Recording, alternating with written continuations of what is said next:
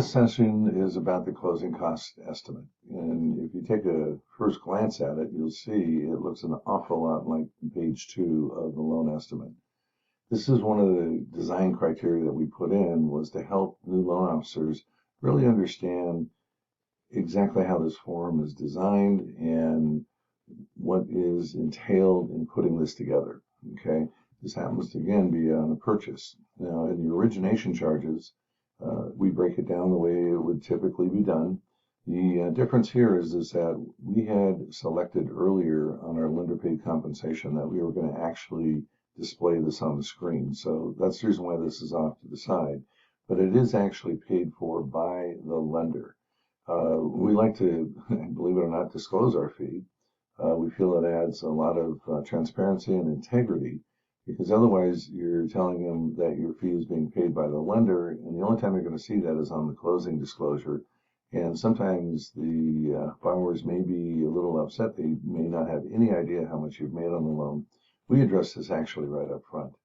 Again, we put in training tips, for example, that tolerance levels. Section B, same thing. Section C for your escrow, title, or attorney fees, depending upon what state that you're in.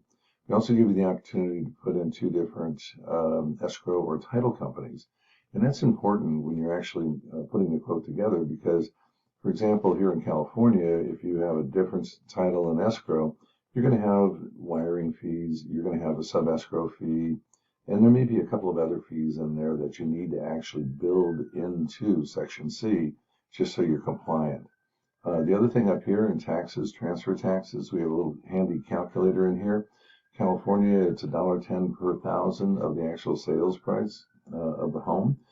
In some states, you can split this 50-50. Sometimes there's county taxes or city taxes, but we put these calculators in here to give you the most accurate numbers.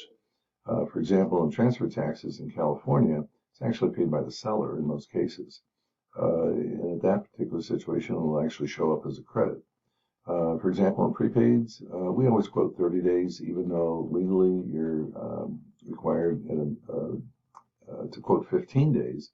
We always do 30 because it doesn't give you a lowball estimate. We're also, again, compliant.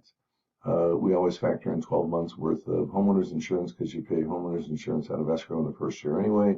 And if there's any proration of taxes, you can simply change this on the fly. The same thing with impound accounts.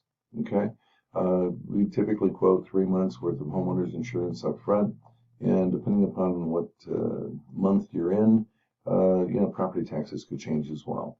Now, the other interesting thing here, and just to go back to prepaid, some lenders use 360 days for prepaid interest, and some charge 365. So we built that in there so you don't have to recalculate the numbers. Now, the beauty of this is that, again, you got 5 loans up here, but check this out. Loan 2, populate data from loan 1, and you're done. On to the next. So now you're actually copying all the fees, so you don't have to go through and redo that. But what's interesting about that is that maybe you have a borrower that wants to see what it would be with impounds and without impounds. Well, you can do that with the system very easily. Just don't copy all the data, or you can go back in and then change this to 0, for example. So you can do this on the fly, but you can also copy it.